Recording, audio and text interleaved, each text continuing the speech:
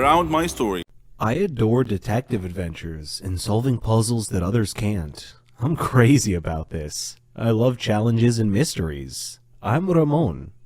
But my father's nickname for me is Megamind.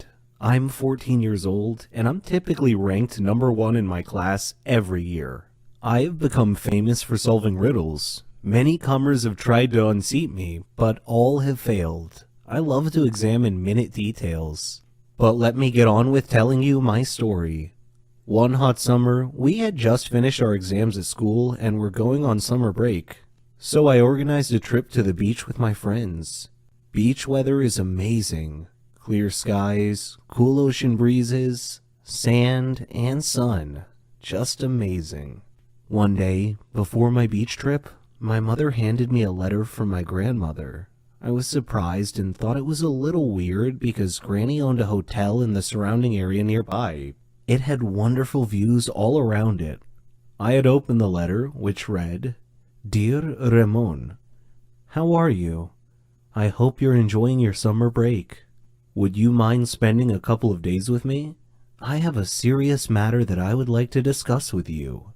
Granny." Initially, I thought that it was probably some silly matter. But then my inner voice told me that it might be important. I was conflicted between going on my beach trip or visiting my granny. I decided to visit Granny first. She was family after all. So off I went. Though my grandmother lived in a beautiful area, the closer I got to the hotel, the more my inner voice was nagging me. When I arrived at the hotel, Granny was waiting for me. She smiled and hugged me. I had missed her so much. She had company. Raul, her maintenance man, and Malika, her housekeeper and assistant. There weren't any guests in the hotel at the time, and I asked her why. Her face changed, and she said that was what she wanted to speak to me about. So we went to her room to talk. She then proceeded to tell me that the hotel was haunted. "Haunted?" I exclaimed. "What makes you think that?" Granny said, "The hotel has evil spirits that frighten the guests at night."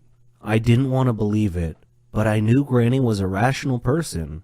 I suspected there was more to this than meets the eye, so I decided to investigate this intriguing mystery. On my first night at the hotel, I waited until midnight. Then I lit a candle and walked through the halls of the hotel. There were photos on the wall, and I could hear whispering and the rustle of the leaves outside. It was a little spooky and unsettling, and made my blood run cold. Suddenly, I heard laughing on both sides of the hotel, and a shadow passed quickly in front of my eyes. Unnerved, I quickly returned to my room, where soon afterwards I heard something scratching on my door. I kept thinking to myself, I am not afraid. I am not afraid. Then the door began opening slowly. I saw a hand on the doorknob. Then the owner of the hand came into view. It was a cloaked, headless man holding a candle. I fainted. The next day, I woke up to find Granny and Malika standing beside me. Granny told me that I had been sleeping a long time. I asked what had happened, and they told me they heard me scream and came to my aid. When they found me, I was unconscious on the floor. At that moment, there was a knock on the door. It was Raul bringing me a drink. That was when I noticed something strange about Raul's face. It was emotionless. Then I glanced at his hands as I accepted the drink from him. That night, I again walked around the hotel. I found some steps at the end of a corridor that led to the basement. Down in the basement, I opened a maintenance door and found a tape recorder and a pile of clothes on a table. Suddenly, the lights went out. I was groping around in the dark and trying to find my way back when I heard the laughing again. Still, I continued stumbling ahead through the dark. I stepped on an electrical line and tore it off the wall. I returned to my room. My door opened slowly. I was hiding behind the door. I grabbed the loose electrical detonator and touched it to the doorknob. It was live, and I heard a grunt from the owner of the hand on the other side of the door as he or she was shocked. And I heard him or her fall to the floor. It took me a while to find the electrical panel, but I managed to get the lights back on. When I did, I found Raul laying unconscious on the floor next to the doorknob that I had electrified. I called Granny and Malika down to the basement. Granny asked what had happened. I replied, Granny, you really need to screen your employees better. Raul was your ghost. Granny looked shocked and asked me what made me think that. I explained that the hand on my drink today was the same hand I saw on the headless ghost that opened my hotel room door the night before. I also found tools, a tape recorder, and some ghost clothes down here in the basement. In addition, I found the earphones that had been placed around the hotel. Granny was shocked. Raul woke up about that time, and she grilled Raul. Why are you scaring all my guests away, Raul? He said, This hotel used to belong to my family, but you bought it from my grandfather. Well, I wanted it back.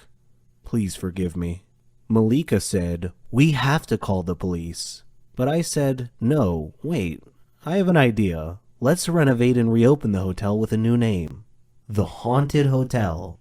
Our advertising slogan will be, Spend a night in a haunted hotel. Raul can do his ghost thing with the whispers and the laughing. Why, he can even flicker the lights off and on at a random time once or twice a night just to give the hotel a spooky atmosphere. The idea proved to be a big hit. The haunted hotel attracted many tourists and Granny's business prospered. I had a nice holiday and still managed to fit in my trip to the beach on my summer break. Hello everyone, I'm Lauren. Did you ever wonder what it would be like to have your life completely destroyed by someone close to you? Ever thought about what you would do then? I didn't have time to think, because that's exactly what happened to me. It all started 2 years ago. I lived a quiet life with my mom and dad and my sister. I loved my family. We were always together. We were happy until that fateful day. My dad got fired from his work, a big company. He had worked there for 20 years. The only money we had then was what he had managed to save over the years. Finding a new job wasn't easy. It was a hard time for all of us, especially my dad. He was becoming desperate. At times, he just sat there, quietly, deep in thought, and I rarely saw him smile since. One late night, we were still up waiting for him when he walked through the door. But something was different. He wasn't walking straight. It was the first time in my life seeing him drunk. I decided to take matters in my own hand. I started job hunting. I was lucky enough to find something suitable at a startup company. The pay was good enough, and the more I worked, the more I earned. I was trying my best to get our life back. I was giving it all I've got. My dad started asking me for money. I was more than happy to give him what he needed. I didn't even ask what it was for. Then he started asking for more. He came late almost every night, and he was never awake in the morning. It seemed like we hadn't talked together for ages. Then, money started disappearing from my purse. I got home from work one night. It had been a long day, and I was really tired. I put my bag in my room, and I went to the kitchen to find something to eat. I made myself a sandwich, then took it back to my room. But when I got to the door, I saw a shadow moving inside. I thought everyone was asleep, so I opened the door slightly and looked inside. I couldn't believe what I saw. My dad was standing over my bag, and my wallet was in his hand. He found no money in it, so he threw it on the bed and started going through my purse. At that moment, my mom came down the stairs. She had my dad's shirt in her hands and a small pack of white powder. I looked at her face. Her eyes were filled with tears. I tried to speak, but found nothing to say. My dad came out of my room. He saw us standing there. Suddenly, everything changed. He tore the shirt and the pack from my mom's hands. He was hysterical. He started breaking things around him. My mom and I were too scared to move, but then my sister came running down the stairs. He pulled her towards him and held a knife to her throat. He threatened to kill her if we didn't give him money. Without a moment's thought, I did what he asked. Things only got worse. Nothing was ever enough. He asked for more and more money, and if I refused, he'd get violent, beating up anyone in his path. I couldn't stand by and watch, so I would just give him what he wanted, until I decided enough was enough. He barged down the stairs one evening, and asked for all the money I've got. I told him we had expenses to pay, the rent, school fees, but none of it mattered to him. He asked me again for the money and threatened me if I didn't do what he asked. I refused. He hit me so hard that I crashed my head against the wall and fell to the floor, bleeding. Everything went dark. My mom took me to different hospitals, and I had to do a lot of checkups and tests, but all the doctors said the same thing, that this was it. I was sentenced to live my life in darkness, never to see the light again. Bumping my head against the wall was one of the reasons, but apparently, my psychological state played a huge role in my recovery. The doctors suggested that I'd be taken to a psychiatrist. My dad felt sorry for what he had done to me. He quit the drugs and alcohol, tried to be proper, but it was because of him that I was in this state. I didn't know if I could ever find it in myself to forgive him. I was torn inside. He was my dad, but I couldn't forget what had happened. I stopped talking shortly after, and he left, disappearing from our lives. No one knew where he was or what he was doing. A year had passed, and he came home. He sounded good, kind of like how he was before. He's trying to make up for what he had done. But to me, nothing he does makes a difference anymore. I'm still in the dark. That's something I'm gonna have to live with my whole life. I can't change that. What do you think I should do? Most people I saw hated and cursed at me, and some treated me more kindly and gently than usual. It was very confusing, to be honest. I didn't know the reason for people's animosity towards me, but I thought perhaps it had something to do with my mother. Before telling my story, let me introduce myself. My name is Maria. I lived in a poor neighborhood fraught with drugs and death. People who lived there were mostly losers. Growing up, people have always looked at me with disdain, for no good reason. People ostracized me. I had no friends, no one to speak to. When I would return home, I'd ask my mother why people didn't like me. She wouldn't answer. She'd just cry and smile sadly. She would often tell me to ignore people's looks. But how can I ignore the looks of everyone around me? It was the biggest mystery in my life. I didn't know if my father was alive or not. The only thing I knew about my father was how he looked, from a picture on our wall. And if I asked about him, my mother would only tell me that he traveled, and he never came back, that she didn't know anything about him, almost as if he were dead. But I suspected that she wasn't telling me the whole truth, and I thought people in our neighborhood knew something I didn't. Perhaps that was the reason they hated me so much. Aside from this problem, I was a clever girl at school. I dreamed of having a good position in life to make my mother proud of me. One day, as I was returning home from school, I felt that someone was following me. I turned around once, but saw no one. The second time I turned around, I saw a man. He was wearing a mask. I was afraid, and I ran home to my mother. She was worried, and she just hugged me. It happened a lot after that. It seemed like everywhere I went, that man just happened to be there. I spent a lot of time thinking about it, who that man could be. Eventually, I graduated and got a job with a well-known company. We left our poor neighborhood and rented a flat in a good area. I had almost forgotten about the mystery man who used to follow me often. Then, one day, a poor man came into my office. He handed me an envelope. Smiling, he told me to say hello to Isabella, then disappeared, leaving me with even more questions. Who was he, and how did he know my mother? I returned home, told her about this man, and showed her the envelope. She looked worried and asked me to quickly open it for her. When I did, I found something unexpected. One old photo of him, and a recent one. I didn't know it then, but that man was my father, and all I did was walk away. I curiously began reading the letter. It said, "Dear Maria, I am sorry for everything. Sorry for the suffering I caused you and your mother. Sorry for not being there with you as you grew up. I hope that you can both forgive me. Please tell Isabella that I never forgot about her, or you. I love you two so much." I looked at my mother. She was holding the photographs and crying quietly. So the mystery man who had often followed me home had actually been my father, watching me from afar.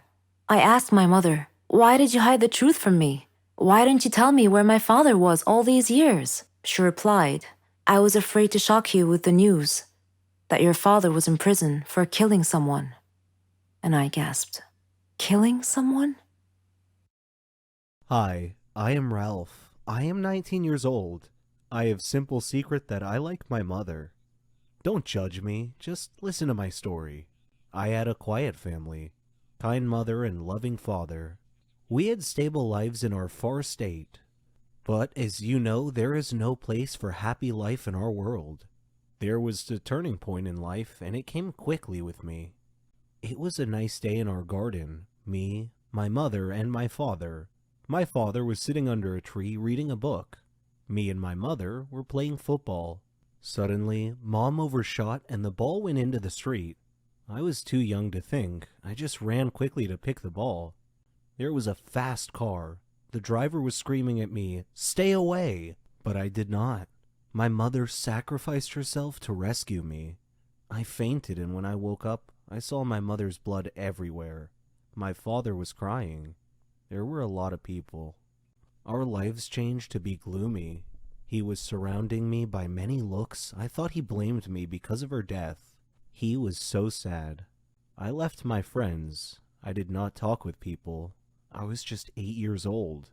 I was thinking of killing myself. I would like to escape from this blame. Suddenly, my father decided to marry. I shocked because I could not imagine any other woman instead of my mother at home. He said in a firm voice, "She will be at home soon." He asked me to be a good boy. I entered my room and started crying. I could not imagine. But I decided to annoy her. When she prepared food, I immediately threw it. Her only reaction was a kind smile. While my father was staying at home, I insisted by bothering her by doing a lot of noisy things. My father was shouting, and she always protected me. I said to myself, maybe she is a good woman, and she loves me. One time, while she was cooking, she had a phone call from a hospital. It was an urgent matter. I was watching TV. She came in to me and said, "Ralph, my sister is in the hospital and I have to go. Can you take care of cooking?" I did not care. She smiled and went out. I went to the kitchen and turned up the heat to burn the food. But the fire did not just burn the food, it started to burn home too. There was fire everywhere. I could not breathe. Then I fainted. I woke up, but I did not know where am I. I looked around and saw my stepmother sleeping. She looked exhausted, and there was cinder on her face. Suddenly the door opened, and I discovered that I was in the hospital. The nurse said, "Get well soon." I asked her what happened. She told me that there was a big fire at our home, and my mother is a brave woman. She entered home and rescued me in the last moment. I looked at her. I discovered that she is a great woman. She woke up suddenly and asked me, "Are you okay?" I hugged her and cried. I said, "Sorry for everything." She said, "It is okay. I can understand." I considered her my mother. I started to help her in everything at home. She helped me a lot. I supported her a lot until her last illness. Today, I'm standing in her gravesite. I want to tell her that I love her a lot. Hey, my name is Rachel. In high school, the homecoming dance was coming up. I happened to confide that I had a crush on a popular guy to another girl in my class. Unbeknownst to me, they were very, very good friends, and this girl offered to put in a good word for me. The next day, she told me my crush would totally say yes if I asked him. So, in between periods, I found my crush in the hallway, asked him to the homecoming dance, and he said yes. Well, homecoming is on Saturday. Today is Thursday. My crush, his friend, and we went to lunch together, and I offered to pay in the hopes that this will make them like me even more. And yes, I was that bad. They tell me they want 2 bags of chips, burgers, fries, and 2 small cartons of chocolate milk. No problem. I go to the cafeteria and get those items like a boss. For some reason, I decided to jog over to them, even though that really only shaves off 10 minutes from my trip, but I still did it.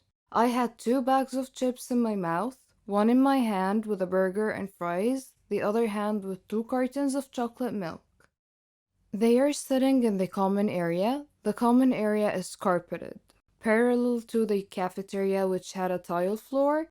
These rooms are separated by a relatively small metal line on the floor, and as I meet that line, my left foot catches on the metal. No problem, I have another foot. I will just swing that foot forward real quick and save this. But no, the other foot also catches. As I fall straight forward, I try to catch myself with my hands. Well, one hand had the chocolate milk in it, which just burst out, sending chocolate milk in every single direction. My other hand didn't help me either. It slipped on the burger in the bag and the fries go all over the place. The last thing to break my fall was actually my own face. The face with two bags of potato chips in my mouth. You know those jokes about chips bags being full of air? Well, they're actually true. As my face collided with the ground, both the bags of chips exploded at the same exact time and it sounded like a gunshot. Somehow one of my shoes just flew off. I tried to melt into the ground and fade out of existence for a moment, and this happened at the meeting point of the common room and the cafeteria. So everyone in both rooms either saw or heard this fiasco and looked over. About 100 students. It's deadly silent for a couple of seconds and then comes the laughter. And dear God, the laughter. It was like a jet engine. Every person there was laughing the hardest they have ever laughed in their whole lives. I even saw the janitor doubled over laughing, bracing himself with a mop handle. A teacher was trying to walk over to help me, but she stopped every couple of feet to use her whole body to laugh at me. All of this happens not 10 feet away from the table in which my crush and his friends were sitting. Everyone is having a great laugh, but my crush has the greatest laugh of all. He has fallen to the ground, with one hand bracing himself on his knees. The other hand is clutched at his ribs as he laughs so hard that no sound comes out. He was wheezing like a dolphin. There is no recovery from this. I walked to the bathroom to clean myself up. The teacher could only manage to hand me my shoe along the way and continue laughing. In the bathroom, the laughter did not die at all for what seemed like a lifetime. When the bell rang, I was still in the bathroom and people were still laughing. While I spent the whole day wallowing in easily the most embarrassing moment of my life, I thought, well, maybe I'm just a funny girl and he will like it. The next morning, I see my crush before class and he walks up to me and he says, "So homecoming is tomorrow." Eager not to speak about the shit show that happened yesterday, I just excitedly said, "Yes, yes, it is." And then he delivers a crisp and says, so this girl that I actually like asked me to go to the dance with her, so I think I'm gonna go. To which I replied, yeah, that makes sense. I totally did not go in the bathroom and cry after that. Anyways, my crush said he will go to homecoming with me. The day before, I tripped with his lunch and face planted into a pool of random ingredients in front of the entire class. My crush did not go to the homecoming dance with me. Hey everyone, my name is Gwen. My story is different from anything you've ever heard before in your life. We all have grandparents, and we all love them very much. When they die, they leave an empty space in our hearts. It's never easy. My grandpa died a year ago. Before he died, he left me an old weird-looking chest, which I never thought to open before, until today.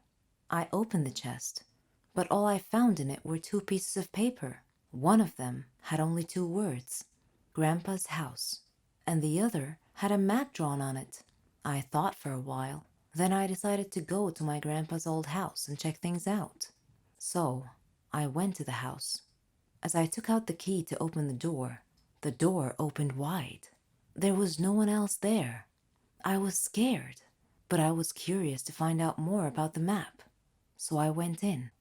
As soon as I got inside, the door slammed shut behind me. I was shocked and scared, but I wasn't gonna back out now.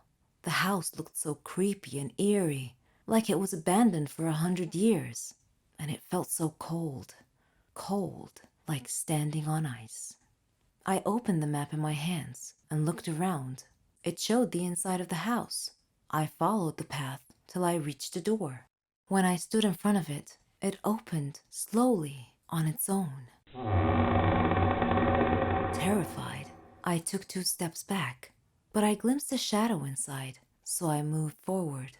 I stepped in, but with nothing under my feet, I fell, rolling over down the stairs. It wasn't a room, it was the basement. I tried to get up, but there was something on my legs.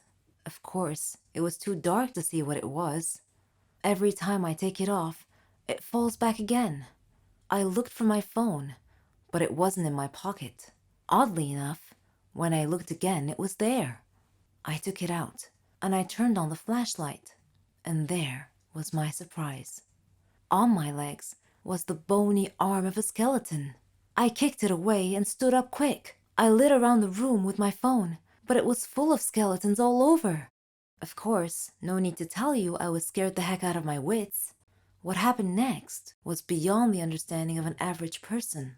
The eyes of one of the skeletons turned bright red, and they were staring right at me. My feet started moving backwards automatically, and I found 2 bony hands clasping my neck. I freaked out, but then, suddenly, all the skeletons moved and stood in 2 lines, clearing a path for me. The map in my hand was glowing and indicating a place in the room. I moved towards it, slowly, as my knees buckled together. There was a huge chest. When I opened it, I found a ton-load of money. Strangely enough, all the skeletons had disappeared, and the furniture in the room was floating around the air. I got scared, and I ran for it, but I came to the stairs, and I found the door locked. It wouldn't open. The skeletons appeared around me once again, and they were pulling me off the stairs. I soared through the air and landed on the chest. Then I was out cold. When I came to, I found myself inside the chest, like it was a coffin of some sort, and I was lying inside, feeling numb all over. I could see the sky, but it was cloudy. I felt like I was being buried. Then I heard a voice. It said, "Welcome to your grandpa's treasure." This is what happens to people like me. Dumb people like me who follow a stupid map to look for their grandpa's worthless treasure. They'll tell you their stories from their graves. A vindictive ghost. Love is the biggest treasure in my life. Good memories, exciting adventures, happiness, sadness, dreams. All these matter and help people endure suffering in their lives. My name is Alex. I'm 18 years old and currently in the 12th grade. I used to live in a small remote village with my parents. I was their only child. My parents raised me well, educated me, and taught me good manners. I see the fruits of their labor in me in every difficult situation I face. For example, after I was murdered, I knew exactly what to do. Intrigued? Are you eager to hear my story? Let's go. When my father received a promotion, we moved from our small village to the big city. I had many nice memories of that little remote village. I had many friends there that I used to play, joke, and laugh with. I feel like I left half of my soul in that village. My father bought us a nice home in a quiet neighborhood.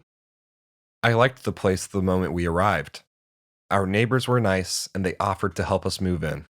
I liked them all. I felt that I would make many new friends in my new neighborhood. One day, I went to the supermarket to buy some necessities for my mum, when suddenly, I bumped into a girl named Rachel. We were coincidentally buying the same item, and there was only one left. I got to it first, but seeing that she wanted it also, like a true gentleman, I offered it to her instead. Initially, she politely declined, but then she gladly accepted my kind gesture in the end. I ended up walking her home and discovered that she was my neighbor. I fell in love with her at first sight. Once we arrived at her home, we said goodbye, and she said she would see me tomorrow. I wanted time to pass quickly so I could see her again. As I was walking to school the next day, I met her along the way and we walked together. I was overjoyed. After arriving at school, she introduced me to her friends, and then I went to my class. The teacher's aide welcomed me and directed me to my class. When I entered the class, I was surprised to see Rachel there. She was in my class. I entered the class and sat in a desk on the last row. During a class break, Rachel was sitting with her friends. When she saw me sitting alone, she left her friends and came over and sat with me. Suddenly, a boy named Mario, older than us, entered the class with a group of his cohorts. They looked like a gang of thugs to me. He said to me, "Hey you, if you want to live, you'd best stay away from Rachel." Rachel seemed afraid and was visibly shaking at this point. I told him, "If you're trying to pick a fight, creep, I'm ready." He grabbed me by my collar and threw me onto a desk, then turned around and quickly left. Rachel explained, "He wants to date me, but it'll only happen in his dreams." Rachel and I spent a lot of time together at school, but we weren't safe from Mario's bullying. One day, we decided to go to a rocky hillside to sit beside the river and watch the sunset. I got our bikes ready and off we went down the road, laughing and talking. I had decided before this trip that I would tell her about my love for her. I chose this trip to tell her because it seemed like it would be an unforgettable moment, and it really was. After we arrived, I looked into her eyes, kneeled down on my knees, and gave her a present. Then I said, "I love you, Rachel." She was surprised, to say the least, and put her hand over her mouth. Then I suddenly heard a camera flash and a voice say, "Cut! Let's repeat this scene again." I looked around to see Mario and his gang. One of them was holding a camera. I shouted angrily, "What are you doing here? If you want to fight, I'm ready, but leave Rachel alone." I heard Rachel laughing, and it sent a chill down my spine, for she wasn't laughing in a joyful manner, but in a mocking one. Then she began clapping her hands and said, "You are really brave, Alex, but you are also an idiot." I froze.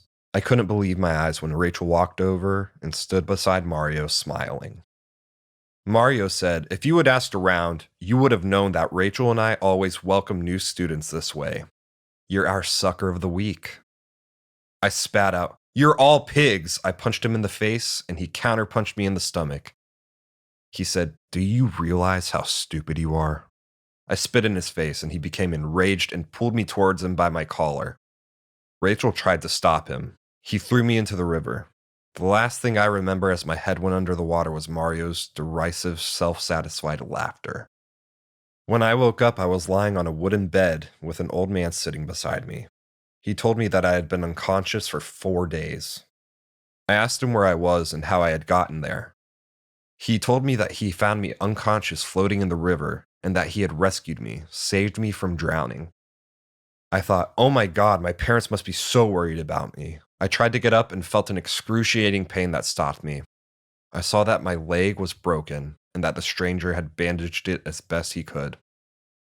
I asked him to call my family. He said he had no telephone, but he offered to visit my family and tell them what had happened and that I was okay. I told him that I would be so grateful if he could do so. I accepted his offer and thanked him. He returned with a newspaper in his hand and had a sad look on his face. I read the paper, which said that I was presumed dead, having drowned in the river because they couldn't find my body. I was angry at Rachel and Mario, and also worried for my parents at the same time. I asked the man to please take me home. Then I crept into my home to see my parents sleeping. They were holding a photo of me and looked sad. I didn't wake them, but rather snuck over to Rachel's house. She was speaking on the phone, so I eavesdropped. She was saying, "I didn't expect this to happen, but it's all good. Maybe he's in a better place now." What an idiot and a fool he was. Then she laughed. I was pretty upset to hear her mocking laughter without any regret whatsoever of being involved in causing my death. I returned home and encountered my father in the bathroom. When he saw me, he was initially startled and incredulous, but then I hugged him, and he began crying tears of joy. Then Mother woke up, and I hugged her too. They asked me what had happened, and I told them everything, but I asked them not to reveal that I wasn't dead yet. They asked me why, and I told them I would explain later. I decided to exact some sweet revenge on my would-be murderers. That night, I tacked a letter on Rachel's front door. The next day, she found it and read it. The scribbly handwriting said simply, "I'm coming for you." It was signed, Alex's Ghost. After reading it, she immediately looked around to see if anyone was nearby who might have delivered the letter, but there was no one in sight. I sent this same letter to Mario and to each of his gang members too. I sent these letters on a daily basis for several days. Then one day, I took my scheme to the next step. I sent a letter to Mario with Rachel's forged signature and a letter to Rachel with Mario's forged signature. The letters told them to meet each other at the same site where they had killed me. I was hiding in the trees when they arrived. Rachel asked Mario, "Why did you want to meet me here?" He replied, "Me? You asked me to meet you here." Rachel denied that she had done any such thing. Suddenly, I walked slowly out from the trees and said, "I am the vindictive spirit of Alex's soul, and I have come to take my revenge on you two murderers." Suddenly frightened, they got down on their knees and pleaded with me to forgive them, and they said, "We threw you in the river, but we didn't mean to kill you. It was an accident." Then a police car siren sounded, and a police car's blue lights began flashing, and several policemen came out from hiding in the trees. Having heard Mario and Rachel's confession, the police took them into custody. As Mario and Rachel were being escorted away, I said to them, "Now who's stupid, idiot?" My name is Ricardo. Though I am a 21-year-old, my body is the size of a 10-year-old boy because I was born with a disease called Prader-Willi syndrome, PWS, which stunted my body growth while allowing my mind to continue developing. Most people would consider PWS to be a curse, but it was a gift for Dad and me because we took advantage of this situation. My story starts when Dad's company accused him of embezzlement and fired him. The scandal and shame of this incident kept him from getting any other type of work, so we left our country to start a new life elsewhere. Dad was still unable to get a job because his old company always gave him bad references when called by prospective new employers. Dad was worried about our future, so he improvised and came up with a scheme to turn me into the goose that laid the golden egg.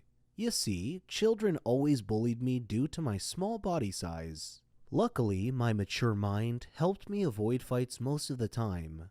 One day, Dad asked me if I wanted to become famous, and I said, sure. He told me that we needed a way to gain people's sympathy, and he explained his plan. We went to the garage and found some old torn clothes that he asked me to wear. Then he poured dirty water on me. Then he made a recording of me crying and explaining that I had been beaten by some bullies in our neighborhood. After we finished making our sympathy-garnering video, he applauded my performance and posted it to the internet to see what reaction we would get. The next day, our video went viral, and I became an instant celebrity. All the news agencies gave the video broad coverage, and I began receiving sympathetic phone calls and donations from around the world. Several international schools offered me free scholarships at their schools, and I managed to amass a good size of money from all the donations, and for a moment, I thought our days of poverty were finally over. Unfortunately, the authorities investigated my background and found that I was 21 years old and not really a kid at all. Then all my fortunes reversed themselves, and the police came after me for fraud. I am speaking to you now from a hotel room as I hide from the police. I have enough money to head to another country, preferably one that has no extradition treaty with my country. I have enough money to live comfortably without needing to work for the rest of my life. So, on balance, I don't have any regrets about what I've done. My name is Keanu, and I'm 13 years old.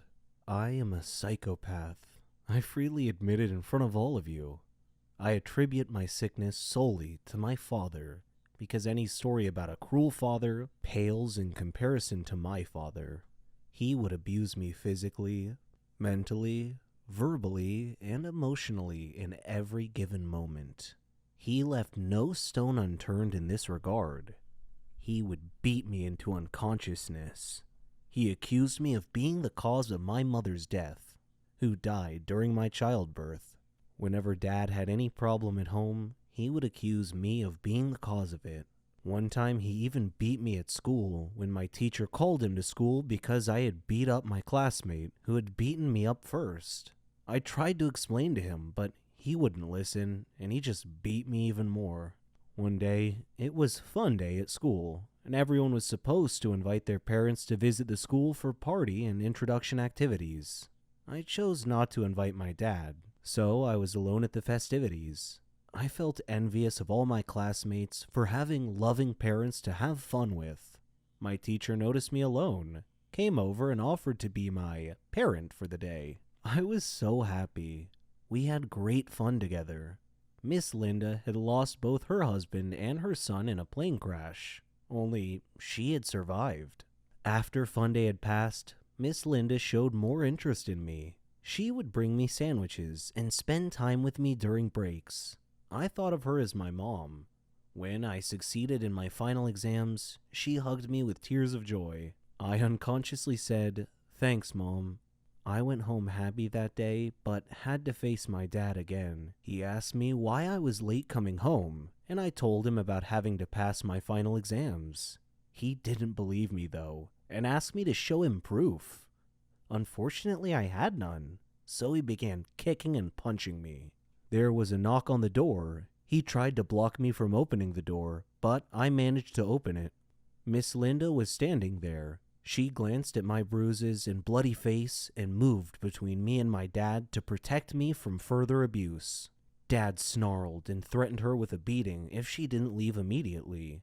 But she hit him in the eyes with a blast of mace or pepper spray, and he went down to the floor in extreme discomfort, grabbing at his eyes. Miss Linda called the police, told them about Dad's child abusive nature, and had him arrested. Now I live with Miss Linda as my new mom. Dad is in prison, where I hope he stays till he dies or rots. Either outcome is okay with me. This time, you get to know the truth about the haunted piano. I left. I went to work. Then I came home and went to bed. Everything was back to normal, just as I told myself it was. Music started playing again. That's when it hit me. This was not paranormal. It couldn't be. It was a cheap trick. Margaret must have programmed the piano to play itself. It was just a prank. A laugh at my expense. That's why the damn thing was free. I ran downstairs to solve the mystery once and for all. Like clockwork. As soon as my foot touched the bottom step, the piano stopped playing. I walked over to it, confident in my new theory. Upon opening it up and exploring all of it, I was surprised by what I saw. It was just a normal piano. Nothing extra was added in its creation to make it play on its own. My calmness was not calm anymore. I stared at the red wood and ivory keys before me and almost felt compelled to ask, "What are you?" Instead, I remained silent. This silence, however, was quickly interrupted by the sound of music as the piano began playing itself once again. I wanted to run, but fear kept me still. I watched the horror unfold. The keys were being pressed down hard, controlled by an unseen force. A haunting peace filled the room as pictures fell from the walls. The house began to shake around me. My eyes darted back and forth in fear. But then I noticed something outside. Standing at my window was a shadowy figure. I ran outside to escape the madness. All the while the song went on. The house continued to shake behind me. The dark figure was nowhere to be seen. Margaret has not rigged the piano to play on its own, but I was not losing my marbles either. This was something entirely different, something out of this world. All at once, the music stopped playing, and the world around me with it. No wind, no cars, no animals, and no people. Nothing.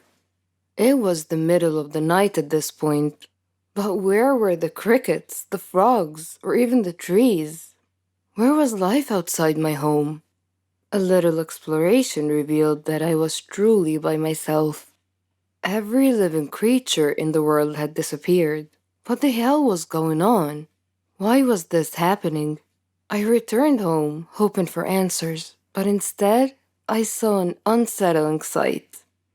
It was so dark, I almost didn't see it.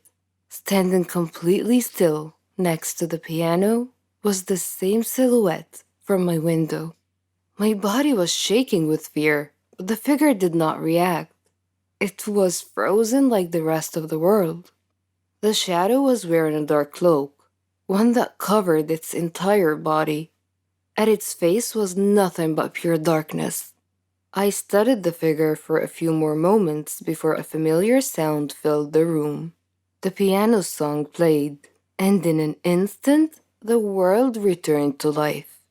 I fell to the ground, but managed to escape, crawling out the front door and rushing over to my car. I got in and took off with no specific location in mind, happy to be anywhere that was not my own home. I started weighing my options. Destroying the piano came to mind, but the risk outweighed the reward. It could just as easily backfire, angering whatever spirit was hunting its keys. Seeking help wasn't really an option either. The only person who might believe me was Margaret. That was it. Margaret. Maybe she would know what to do. It was late, but I didn't care. I drove over to her place. The dark figure was there, standing at her door. Before I could turn in the opposite direction, it grabbed me by the arm with its bony fingers. Its strength kept me anchored in place, and then it disappeared. I had no choice but to return home. I hesitantly stepped past the piano and walked up to my bedroom, where I locked the door and fell into bed, mentally exhausted. I would not have even a moment of peace, as the song started up again the second my head hit the pillow. But I remained still, sick of the repetition. The banging on my bedroom door that followed, however, succeeded in freaking me out. I jumped out of bed and pushed my dresser to the door, and I hid under my sheet. The banging persisted, but I chose to instead focus on the song, allowing myself to properly listen to it for the first time. Surprisingly enough, it was beautiful. Dark, but beautiful. Its melody soothed me, relaxing me to the point that my eyes grew tired. I fell asleep and I had a dream. The dream world I found myself in was different. It was overwhelmingly vivid and real. Words like surreal and otherworldly just don't cut it. The awareness I had is also difficult to explain. I was completely aware of my surroundings in the sense that I could feel everything about them. I know that doesn't make much sense, but it's the only description I have to offer. The dream was in a forest. It was large, and at its center, a large red tree stood tall. Every fiber of my being knew where I was. This was the blood tree, the precursor to my piano.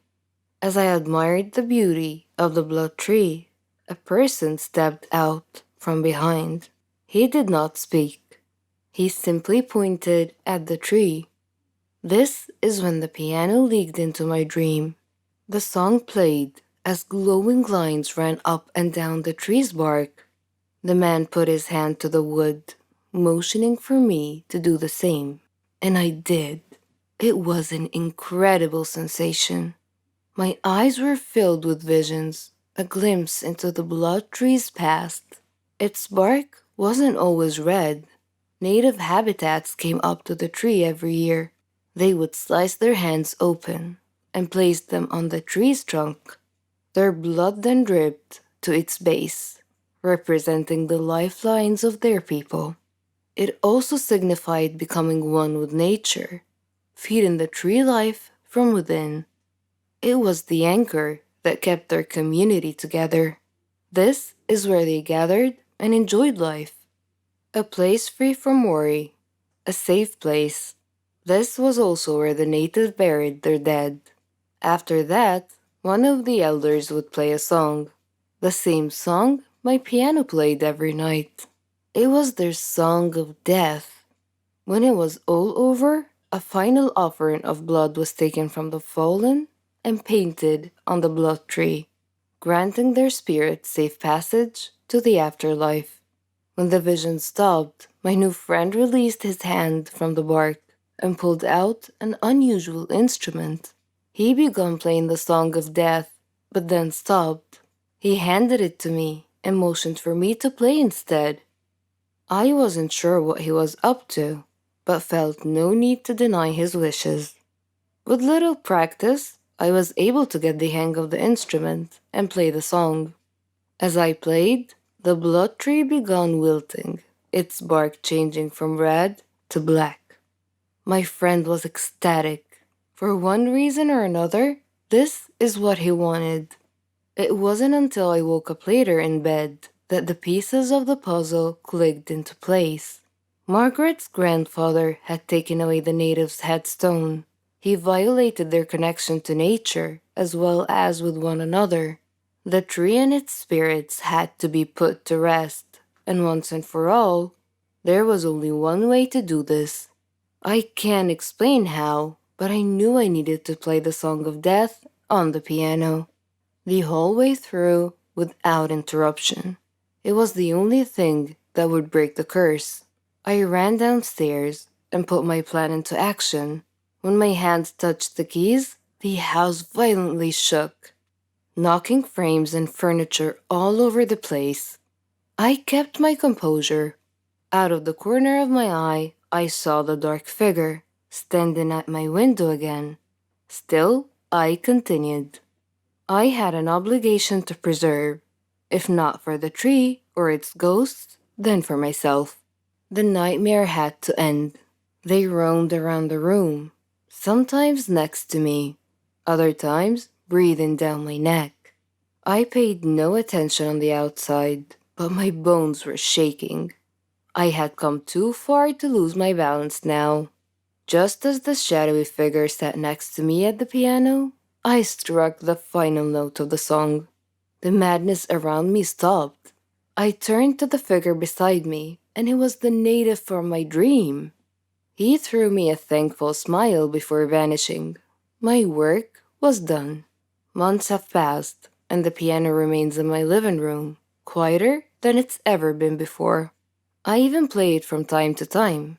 If there's one thing you can take away from my experience, it's to be mindful of the things that make sounds at night. Try your best not to be frightened, and please let this tale be a warning to you. Don't ever buy strange things from Craigslist. You'll thank me later. Before this summer, I had zero experience with dating apps. Tinder wasn't even released until 2 years after my long-term relationship ended. During 7 years of my relationship, I had played around on my friends' apps, but never swiped left or right.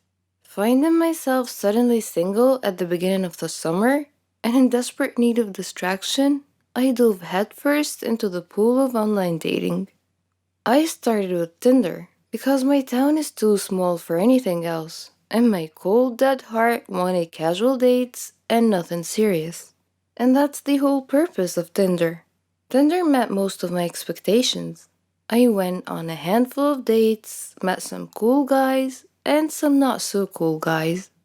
I even hung out with a few truly interesting people, like a radio DJ who runs a wedding business on the side.